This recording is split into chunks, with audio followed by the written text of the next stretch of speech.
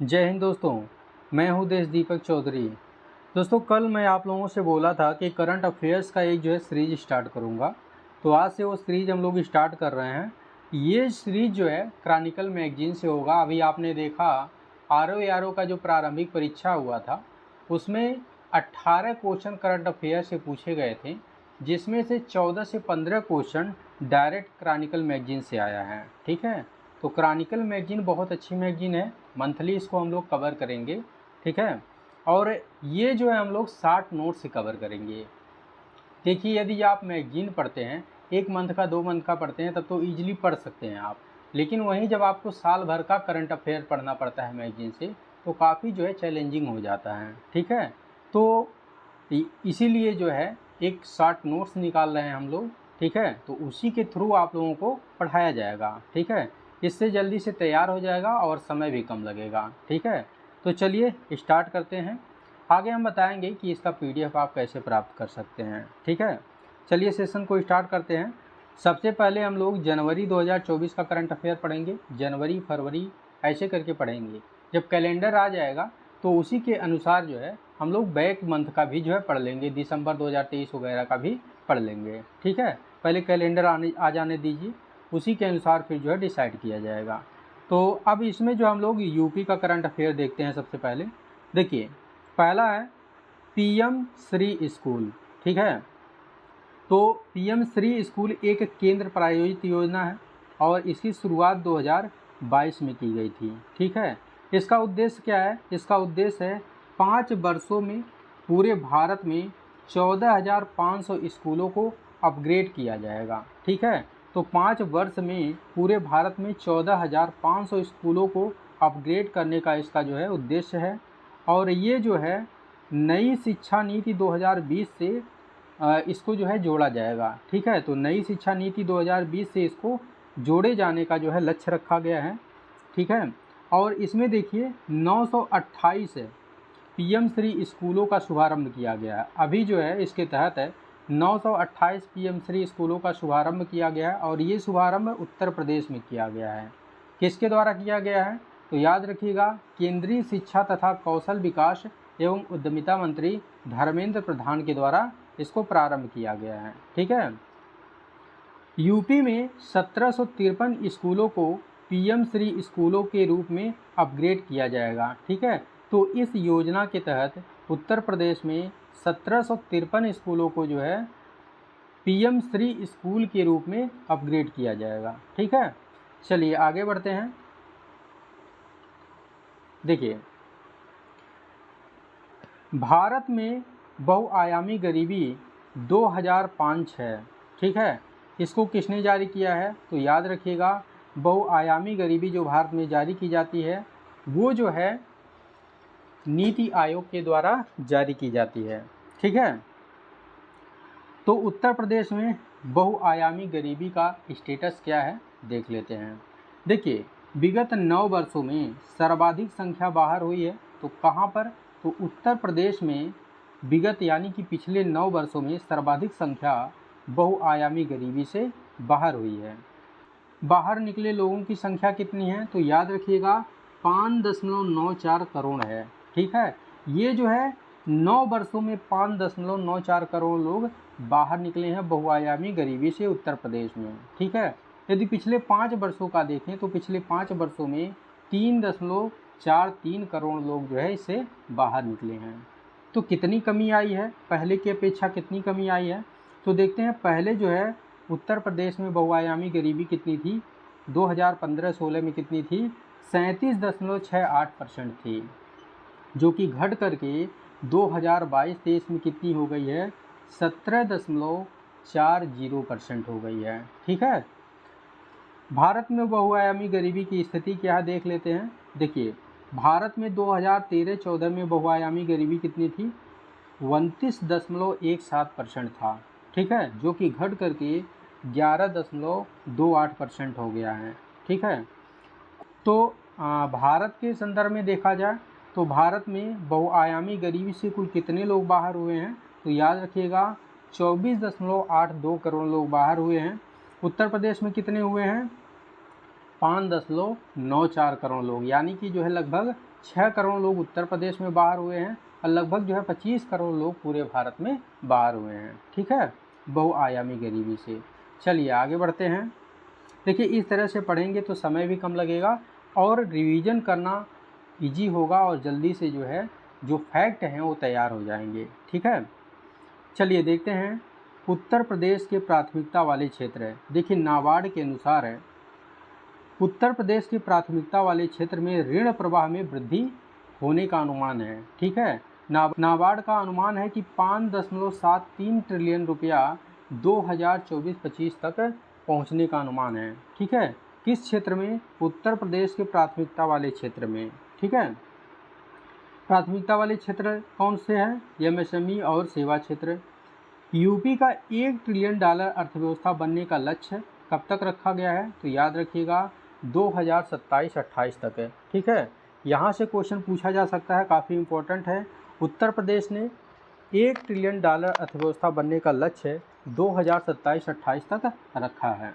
ठीक है, चलिए आगे बढ़ते हैं। देखिए इसका PDF यदि आप प्राप्त करना चाहते हैं तो इसका छोटा सा शुल्क आपको पे करना पड़ेगा। 1 मंथ के PDF के लिए आपको जो है 25 रुपये पे करना पड़ेगा। ठीक है, तो दिए गए नंबर पर आप व्हाट्सएप करके इसका PDF प्राप्त कर सकते हैं। ठीक है, चलिए आगे बढ़ते हैं। देखिए दिव्य अयोध्या ऐप है, इसको किसके द्वारा लॉन्च किया गया है?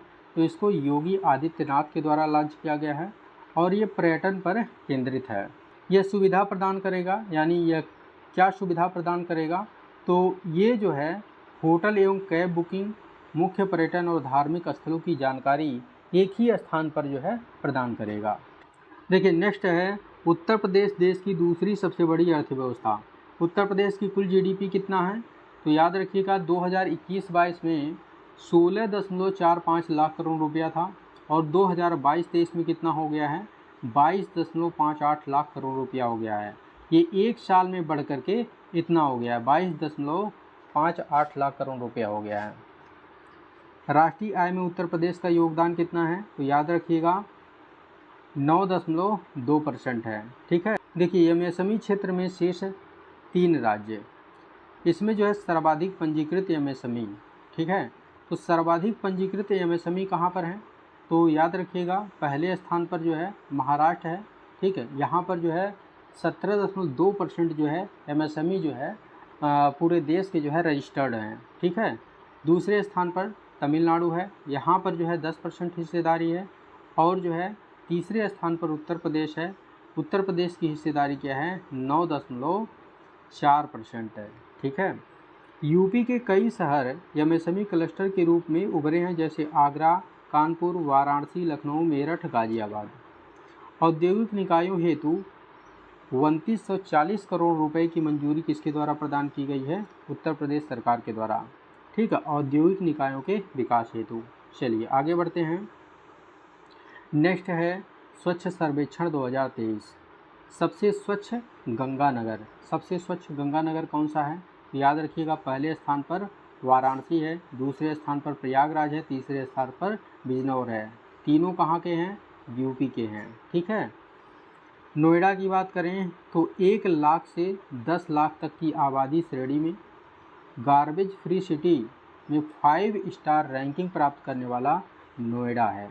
ठीक है, पहली बार वाटर प्लस सर्टिफिकेट भी इसको प्रदान किया गया है। ठीक है, चलिए आगे बढ़ते हैं। देखिए 5 नए हवाई अड्डों का उद्घाटन कहाँ पर किया गया है? तो याद रखिएगा उत्तर प्रदेश में नागर विमानन मंत्री ज्योतिरादित्य सिंधिया के द्वारा किया गया है। इसका उद्देश्य क्या है? इसका उद्देश्य है राज्य में हवाई कनेक्टिविटी में सुधार करना। ठीक है, तो ये जो है जो उद्घाटन 5 हवाई अड्डों का किया गया है, कहाँ कहाँ पर किया गया है? तो ये याद रखना बहुत ज़रूरी है, ये काफ़ी इम्पोर्टेंट है। आजमगढ़, दूसरा है अलीगढ़, तीसरा है मुरादाबाद, चौथा चित्रकूट और 5वां श्रावस्ती है। इसके संचालन के बाद उत्तर प्रदेश में हवाई अड्डों की संख्या कितनी हो जाएगी? 19 हो जाएगी। ठीक है, चलिए आगे बढ़ते हैं। चलिए नेक्स्ट देखते हैं, inter operable criminal justice system platform. इसका उपयोग करने में शीर्ष स्थान पर कौन है? उत्तर प्रदेश है। ठीक है, इसके तहत FIR और चार्जशीट के मेटा डेटा को सभी उच्च न्यायालयों और राज्य के अधीनस्थ न्यायालयों के द्वारा एक्सेस किया जा सकता है। रवि 2023-24 ई खसरा पड़ताल मोबाइल ऐप, इसको किसके द्वारा लॉन्च किया गया है? तो याद रखिएगा, कृषि मंत्री सूर्य प्रताप शाही। अब वर्तमान में कृषि मंत्री कौन हो गए हैं? सूर्य प्रताप शाही हो गए हैं। तो सूर्य प्रताप शाही के द्वारा लखनऊ में जो है लॉन्च किया गया है। इसका उद्देश्य है भारत के कृषि पारिस्थितिकी तंत्र का डिजिटल रूप तैयार करना। ठीक है, चलिए आगे बढ़ते हैं। देखिए ये काफ़ी इम्पॉर्टेंट है। 19 हेल्थ एटीएम, इसका शुभारंभ किसके द्वारा किया गया है? योगी आदित्यनाथ के द्वारा किया गया है। कहाँ पर किया गया है? गोरखपुर में किया गया है। ग्रामीण खेल महाकुंभ है, इसका उद्घाटन केंद्रीय वाणिज्य एवं उद्योग मंत्री अनुप्रिया पटेल के द्वारा किया गया है और ये कहाँ पर किया गया है? मिर्ज़ापुर में किया गया है। चलिए आगे बढ़ते हैं। देखिए उत्तर प्रदेश स्थापना दिवस, उत्तर प्रदेश स्थापना दिवस कब मनाया जाता है? तो याद रखिएगा 24 जनवरी को मनाया जाता है। ठीक है। यूपी गौरव सम्मान पुरस्कार, यूपी गौरव सम्मान पुरस्कार किसको प्रदान किया गया है? तो डॉक्टर रितु कारिधा को और नवीन तिवारी को प्रदान किया गया है। ठीक है, 2 लोगों को प्रदान किया गया है। क्या नाम है? रितु कारिधा और नवीन तिवारी। ग्राम श्री एवं क्राफ्ट रूट्स की हैंडीक्राफ्ट प्रदर्शनी, इसका उद्घाटन राज्यपाल आनंदीबेन पटेल और मुख्यमंत्री योगी आदित्यनाथ के द्वारा संयुक्त रूप से किया गया है। नाबार्ड द्वारा कुशीनगर जिले में विभिन्न सड़कों के निर्माण हेतु धनराशि को मंजूरी दी गई है। तो कितनी धनराशि को मंजूरी दी गई है? तो याद रखिएगा 7,81,71,000 रुपये की धनराशि को मंजूरी प्रदान की गई है। ठीक है, चलिए आगे बढ़ते हैं। बेंगलुरु और कोलकाता को अयोध्या से जोड़ने वाली, किसको? बेंगलुरु और कोलकाता को अयोध्या से जोड़ने वाली एयर इंडिया एक्सप्रेस उड़ान सेवाओं का उद्घाटन किसके द्वारा किया गया है? योगी आदित्यनाथ और केंद्रीय नागरिक उड्डयन मंत्री के द्वारा किया गया है। ठीक है, चलिए नेक्स्ट देखते हैं। लेपर्ड सफारी का शुभारंभ। तो लेपर्ड सफारी का शुभारंभ कहाँ किया गया है? इटावा सफारी पार्क में किया गया है। Know your army festival, know your army festival का आयोजन 5 से 7 जनवरी 2024 को लखनऊ छावनी में किया गया है। ठीक है, चलिए आगे बढ़ते हैं। Sewage treatment plant, sewage treatment plant का लोकार्पण है केंद्रीय जल शक्ति मंत्री गजेंद्र सिंह शेखावत के द्वारा बागपत नगर उत्तर प्रदेश में किया गया है। ठीक है, चलिए बिहार करंट अफेयर देख लेते हैं। देखिए इसमें जो मोस्ट इम्पॉर्टेंट करंट अफेयर है उसी को रखा गया है जो कि सभी परीक्षाओं के लिए इम्पोर्टेंट है। ठीक है, चलिए देखते हैं। बिहार लघु उद्यमी योजना 2024। ठीक है, तो इसका शुभारंभ बिहार सरकार के द्वारा किया गया है। इसमें पात्र कौन होगा? तो बिहार के गरीब निवासी होंगे, जो वहाँ के निवासी हैं मूल रूप से, उन्हीं को जो है इस योजना का लाभ मिलेगा। इसमें वित्तीय सहायता क्या प्रदान की जाएगी? तो लघु उद्योग स्थापित करने हेतु प्रत्येक गरीब परिवार को 2 लाख रुपए प्रदान किए जाएंगे और वो जो है 3 किस्त में प्रदान किए जाएंगे। ठीक है, नेक्स्ट है वायु प्रदूषण का विश्लेषण। तो बिहार सरकार के द्वारा मुजफ्फरपुर और गया में वायु प्रदूषण का जो है विश्लेषण किया गया है। चलिए आगे बढ़ते हैं। देखिए बिहार पर्यटन नीति 2023, इसको मंजूरी बिहार कैबिनेट के द्वारा प्रदान किया गया है।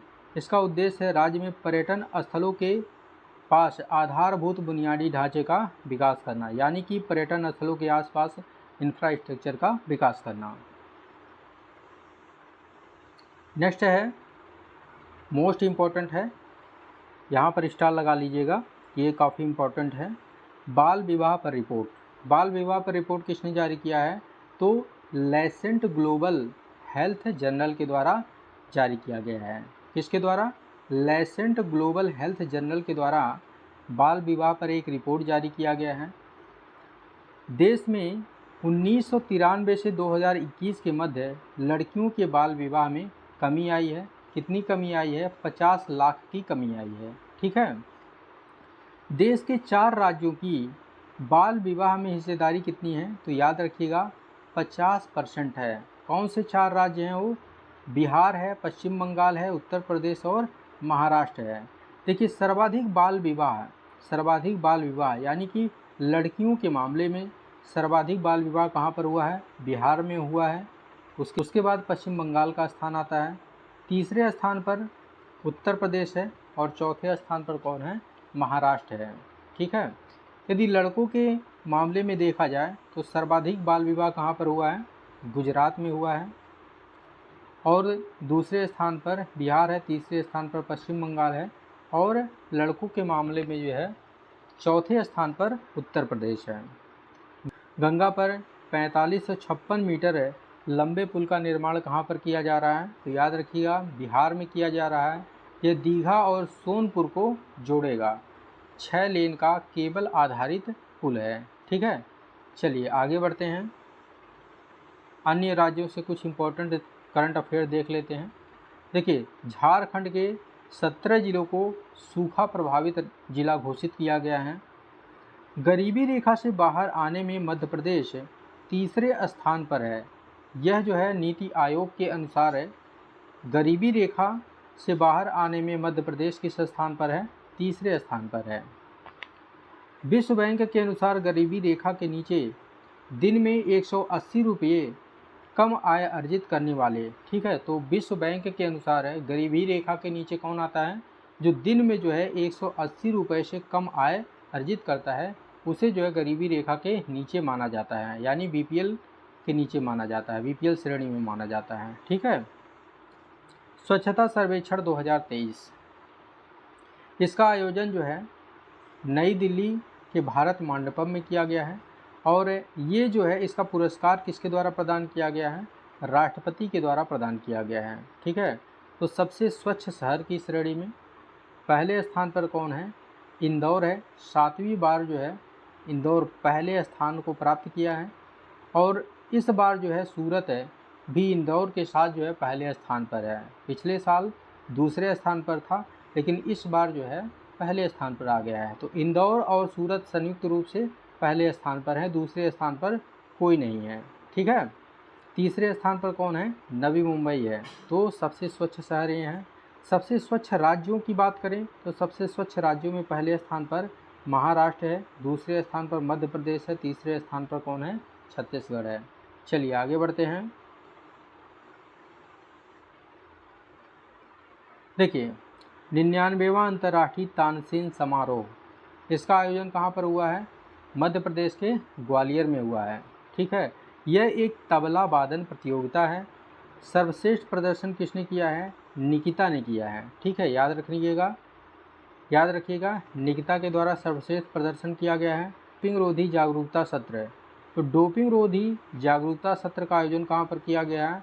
छत्तीसगढ़ के रायपुर में किया गया है। पहला mother milk bank most important है। यदि पहला शब्द कहीं पर लगता है तो मोस्ट इम्पॉर्टेंट हो जाता है एग्जाम के पॉइंट ऑफ व्यू से। तो पहला मदर मिल्क बैंक कहाँ पर स्थापित किया गया है? तो याद रखिएगा पंजाब के मोहाली में स्थापित किया गया है। चलिए आगे बढ़ते हैं। देखिए 10वां वाइब्रेंट गुजरात ग्लोबल समिट 2024, इसका आयोजन 10 से 12 जनवरी 2024 को गुजरात के गांधीनगर में किया गया है। इसका उद्घाटन किसके द्वारा किया गया है? प्रधानमंत्री मोदी के द्वारा किया गया है। और इसके जो है मुख्य अतिथि कौन थे? तो याद रखिएगा यूएई के राष्ट्रपति मोहम्मद बिन जायद थे। इसका थीम क्या है? इसका थीम है gateway to the future. Gateway to the future इसका थीम था। चलिए आगे बढ़ते हैं। योग्य श्री सामाजिक कल्याण योजना, इसकी शुरुआत पश्चिम बंगाल की सीएम ममता बनर्जी के द्वारा किया गया है और ये जो है SC/ST के छात्रों के लिए मुफ्त प्रशिक्षण मॉड्यूल प्रदान करने हेतु प्रारंभ किया गया है। ठीक है। चलिए आगे बढ़ते हैं। देखिए मेघालय, त्रिपुरा, मणिपुर, इसकी स्थापना दिवस कब मनाई जाती है? तो इन तीनों राज्यों की स्थापना दिवस 21 जनवरी को मनाई जाती है। और इसका स्थापना कब किया गया था? तो इसकी स्थापना 21 जनवरी 1972 को की गई थी। ठीक है। 9वां पक्के पागा हॉर्नबिल फेस्टिवल, 9वां पक्के पागा हॉर्नबिल फेस्टिवल, इसका आयोजन कहाँ पर हुआ है? अरुणाचल प्रदेश में हुआ है। पक्के टाइगर रिजर्व कहाँ पर है? कई बार परीक्षाओं में पूछा गया है, तो याद रखिएगा ये जो है अरुणाचल प्रदेश में स्थित है। ठीक है, ये जो फेस्टिवल मनाया गया है, ठीक है, ये जो है वन्य जीव संरक्षण पर केंद्रित है। आगे देखते हैं तमिलनाडु ग्लोबल इन्वेस्टर्स मीट 2024। ठीक है, तमिलनाडु ग्लोबल इन्वेस्टर्स मीट 2024, इसका आयोजन कहाँ पर किया गया है? तो याद रखिएगा चेन्नई में किया गया है। ठीक है, और उद्घाटन केंद्रीय मंत्री पीयूष गोयल और तमिलनाडु के सीएम के स्टालिन के द्वारा इसका उद्घाटन किया गया है। तमिलनाडु को 2030 तक $1 ट्रिलियन की अर्थव्यवस्था बनाने का लक्ष्य रखा गया है, और उत्तर प्रदेश को $1 ट्रिलियन की अर्थव्यवस्था बनाने का लक्ष्य कब तक रखा गया है? तो इसको जो है कमेंट बॉक्स में आप लोगों को कमेंट करके बताना है। ठीक है, चलिए ये क्वेश्चन आप लोगों के लिए है। चलिए अब राष्ट्रीय घटनाक्रम देख लेते हैं। देखिए, भारतीय स्टाम्प विधेयक 2023, इसको तैयार किया गया है वित्त मंत्रालय के राजस्व विभाग के द्वारा। इसका उद्देश्य क्या है? स्टाम्प शुल्क प्रावधानों को आधुनिक बनाना। ठीक है, ये काफ़ी जो है पुराना अधिनियम था। ठीक है, स्टाम्प अधिनियम 1899, इसको ये जो है प्रतिस्थापित करेगा और इसके स्थान पर जो है इसको लाया गया है। ठीक है, ये स्टाम्प शुल्क प्रावधानों को ठीक आधुनिक बनाएगा, यानी उसमें जो है सुधार करके इसको जो है पारित किया गया है। ठीक है, चलिए आगे बढ़ते हैं। ये देखिए नेक्स्ट जो है मोस्ट इम्पॉर्टेंट है, स्टार लगा लीजिएगा। देखिए 2 अमृत भारत और 6 जो है वंदे भारत ट्रेनों को हरी झंडी दिखाई गई है प्रधानमंत्री के द्वारा। ठीक है, आम नागरिक के लिए ट्रेन यात्रा के अनुभव को बेहतर बनाना इसका उद्देश्य है। अमृत भारत की बात करें तो अमृत भारत की पहली ट्रेन ये अयोध्या को सीतामढ़ी से जोड़ेगी। ठीक है, जो अमृत भारत के तहत जो 2 ट्रेनें चलाई गई हैं अमृत भारत, इसकी जो है पहली ट्रेन जो है ये अयोध्या को सीतामढ़ी से जोड़ेगी। सीतामढ़ी कहाँ है? बिहार में है। ठीक है, इसका रूट क्या है? दरभंगा से अयोध्या होते हुए दिल्ली तक इसका रूट है। ठीक है, दूसरी ट्रेन जो है ये मालदा से बेंगलुरु को जोड़ेगी। मालदा कहाँ पर है? पश्चिम बंगाल में है, और बेंगलुरु कहाँ पर है? कर्नाटक में है। ठीक है, तो दूसरी जो है अमृत भारत ट्रेन मालदा को बेंगलुरु से जोड़ेगी। ठीक है, तो ये इम्पोर्टेंट है, इसको याद रखिएगा, यहाँ से क्वेश्चन पूछा जा सकता है। ठीक है, चलिए आगे बढ़ते हैं। सागर परिक्रमा चरण 12 कार्यक्रम, इसका आयोजन कहाँ पर किया गया है? पश्चिम बंगाल में किया गया है। इसमें भाग लिया है केंद्रीय मत्स्य पालन, पशुपालन एवं डेयरी मंत्री पुरुषोत्तम रूपाला ने इसमें भाग लिया है। इसका उद्देश्य है मत्स्य पालन को बढ़ावा देना और समुद्री पारिस्थितिकी तंत्र की सुरक्षा करना। इससे पहले चरण की यात्रा कब प्रारंभ की गई थी? 5 मार्च 2022 को गुजरात के मांडवी से प्रारंभ की गई थी। ठीक है, तो पहले चरण की यात्रा 2022 में गुजरात के मांडवी से प्रारंभ की गई थी, और 12वें चरण की यात्रा जो है ये जो है पश्चिम बंगाल से शुरू की गई है। ठीक है, चलिए आगे बढ़ते हैं। नेक्स्ट है कोचिंग सेंटर के विनियम हेतु दिशा निर्देश 2024, इसको किसने जारी किया है? तो याद रखिएगा शिक्षा मंत्रालय के द्वारा जारी किया गया है। इसमें प्रावधान क्या है? प्रावधान यह है कि कोई भी कोचिंग सेंटर 16 वर्ष से कम आयु के विद्यार्थियों का नामांकन नहीं करेगा। ठीक है, कोई भी कोचिंग सेंटर 16 वर्ष से कम उम्र के विद्यार्थियों का एडमिशन नहीं ले सकता है। नामांकन माध्यमिक विद्यालय परीक्षा के बाद ही किया जाना चाहिए। कोचिंग सेंटर स्नातक स्तर से कम योग्यता वाले टीचर की नियुक्ति नहीं कर सकते हैं, यानी कि कोई भी कोचिंग सेंटर ऐसे टीचरों को नहीं रख सकता है जिनकी योग्यता स्नातक स्तर से कम हो। ठीक है, चलिए आगे बढ़ते हैं। देखिए नेक्स्ट है 41वां मुख्य सूचना सुरक्षा अधिकारी डीप डाइव प्रशिक्षण कार्यक्रम, इसका आयोजन कहाँ पर किया गया है? गुजरात के गांधीनगर में किया गया है। नेशनल ई गवर्नेंस डिवीज़न के द्वारा किया गया है। नेक्स्ट है, देखिए नेक्स्ट है भारतीय भाषाओं में 3 वर्षों में पाठ्यक्रम उपलब्ध कराने का निर्देश है भारत सरकार के द्वारा सभी स्कूलों और उच्च शिक्षण संस्थानों को दिया गया है। उद्देश्य है छात्रों को उनकी अपनी भाषा में अध्ययन करने का अवसर प्रदान करना। नेक्स्ट है नवी भारतीय शास्त्रीय भाषा होगी, ठीक है, ये मोस्ट इम्पॉर्टेंट है, स्टार लगा लीजिएगा। देखिए नवी भारतीय शास्त्रीय भाषा कौन सी होगी, तो फारसी होगी। ये नई शिक्षा नीति 2020 के तहत है, ये नवी शास्त्रीय भाषा होगी, ठीक है। इसकी घोषणा किसके द्वारा किया गया है, तो विदेश मंत्री एस जयशंकर के द्वारा किया गया है। आधिकारिक तौर पर 8वीं अनुसूची के तहत वर्तमान में 6 शास्त्रीय भाषाएं हैं, ठीक है। कौन कौन सी, तो पहली जो है तमिल जो है 2004 में पहली शास्त्रीय भाषा बनी थी, ठीक है। दूसरी है तेलुगु, तीसरी संस्कृति, चौथी कन्नड़, पांचवी जो है कौन है, मलयालम, और छठवीं है उड़िया, जो कि 2014 में अंतिम शास्त्रीय भाषा बनी थी, ठीक है। ये जो है 6 हो गई और 3 प्रस्तावित हैं। कौन कौन सी हैं, तो देख लेते हैं। एक तो फारसी आपने पढ़ा ही, जो कि 9वीं बनेगी, और उसके अलावा पाली और जो है प्राकृत भाषा है, ठीक है। तो ये जो है अभी प्रस्तावित हैं, और जो है आधिकारिक तौर पर ये 6 अभी वर्तमान में हैं, ठीक है। चलिए आगे बढ़ते हैं। 12 राष्ट्रीय मार्ग परियोजना का उद्घाटन और शिलान्यास नितिन गडकरी के द्वारा किया गया है, ठीक है। श्री अन्न पर आधारित प्रेरक कहानियों का संग्रह, श्री अन्न मोटे अनाज से संबंधित है, ठीक है। मोटे अनाज का जो है नाम दिया गया है श्री अन्न, ठीक है। श्री अन्न पर आधारित प्रेरक कहानियों का संग्रह है, इसको जो है लॉन्च किया गया है नई दिल्ली में। 2023 अंतर्राष्ट्रीय बाजरा वर्ष घोषित किया गया था, ठीक है। नेक्स्ट है 58वां पुलिस महानिदेशक एवं महानिरीक्षक सम्मेलन, इसका आयोजन कहाँ पर किया गया है, तो राजस्थान के जयपुर में किया गया है। चलिए नेक्स्ट देखते हैं। नेक्स्ट है संविदा गुरुकुलम गर्ल्स सैनिक स्कूल, बालिकाओं के लिए पहला पूर्ण सैनिक स्कूल।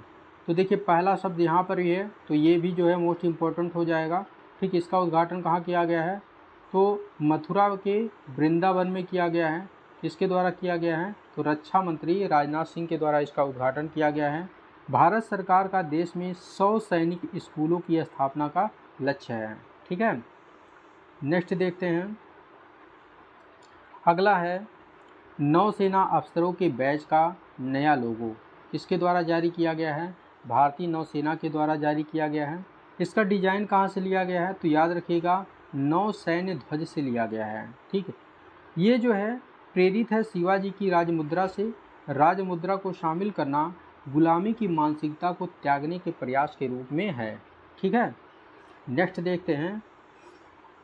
श्री राम जन्मभूमि मंदिर से संबंधित जो भी इम्पोर्टेंट फैक्ट हैं उसको यहाँ पर जो है संकलित किया गया है, काफ़ी इम्पोर्टेंट है, ध्यान से देखिएगा आप लोग, ठीक है। श्री राम जन्मभूमि मंदिर, इसकी जो है प्राण प्रतिष्ठा समारोह, तो प्राण प्रतिष्ठा समारोह कब हुआ था, 22 जनवरी 2024 को अयोध्या में हुआ था, और प्रधानमंत्री के द्वारा रामलला की प्राण प्रतिष्ठा की गई थी, ठीक है। प्राण प्रतिष्ठा का मतलब क्या होता है, इसका मतलब होता है प्राण शक्ति की स्थापना, यानी कि देवता की जीवंत की स्थापना, यानी कि कोई मूर्ति है उसमें जो है जान डालना, ठीक है। आगे बढ़ते हैं, देखते हैं। शास्त्रों और धर्माचार्यों के अनुसार जब किसी प्रतिमा में एक बार प्राण प्रतिष्ठा हो जाती है तो वह प्रतिमा एक देवता में बदल जाती है, ठीक है। आगे बढ़ते हैं। मंदिर की मुख्य विशेषताएं, इसका निर्माण है, यहाँ से क्वेश्चन पूछे जा सकते हैं, मोस्ट इम्पॉर्टेंट है, ध्यान दीजिएगा, ठीक है। देखिए मुख्य विशेषताओं में क्या है, मंदिर का निर्माण किसके द्वारा किया गया है, तो लार्सन एंड ट्रूबो के द्वारा किया गया है। किस शैली में किया गया है, ये मोस्ट इम्पॉर्टेंट है, ठीक है, याद रखिएगा नागर शैली में किया गया है। किस शैली में किया गया है, नागर शैली में। और इसके जो है मंदिर के वास्तुकार कौन है, तो गुजरात के चंद्रकांत सोमपुरा हैं। और मूर्ति का निर्माण किसने किया था, तो मूर्ति का निर्माण अरुण योगी राज ने किया था। तो अरुण योगी राज कहाँ के हैं, कर्नाटक के हैं। इसका पत्थर जो है ये कहाँ से लाया गया था, तो इसमें जो है गुलाबी रंग का बलुआ पत्थर प्रयोग किया गया है, ठीक है। ये राजस्थान के भरतपुर से जो है लाया गया था। इसमें 5 मंडपम हैं, ठीक है। इस मंदिर में जो है 5 मंडपम यानी 5 हॉल है। पांचों का नाम देख लेते हैं। नृत्य मंडपम, रंग मंडपम, सभा मंडपम, प्रार्थना मंडपम और कीर्तन मंडपम। ठीक है। यहाँ पर एक ऐतिहासिक कुआं है जिसका नाम है सीता कूप। ठीक है। आगे बढ़ते हैं। मंदिर के दक्षिण पश्चिम में कुबेर टीला है, कुबेर टीला, जो कि भगवान शिव की प्राचीन मंदिर है। ठीक है। कुबेर टीले के पास जो है भगवान शिव की प्राचीन मंदिर है। जटायु की मूर्ति भी यहाँ पर स्थापित की गई है। मंदिर के नींव का निर्माण कैसे किया गया है? आरसीसी विधि से किया गया है। आरसीसी जो कंक्रीट का जो है बनता है। आरसीसी का फुल फॉर्म है रोलर कॉम्पैक्ट कंक्रीट है। जैसे आरसीसी वगैरह का रोड बनता है, आरसीसी का जो है छत वगैरह जो ढाला जाता है, ठीक है, वही आरसीसी कंक्रीट का। ठीक है। इसमें लोहे का प्रयोग नहीं हुआ है। मुख्य पुजारी कौन है? आचार्य सत्येंद्र दास हैं। और मंदिर की देखरेख किसके द्वारा किया जाता है? श्री राम जानकी तीर्थ क्षेत्र ट्रस्ट के द्वारा इसका देखरेख किया जाता है। और अयोध्या का जो हवाई अड्डा है इसका नाम क्या है? तो याद रखिएगा महर्षि वाल्मीकि हवाई अड्डा है। ठीक है। चलिए आगे बढ़ते हैं।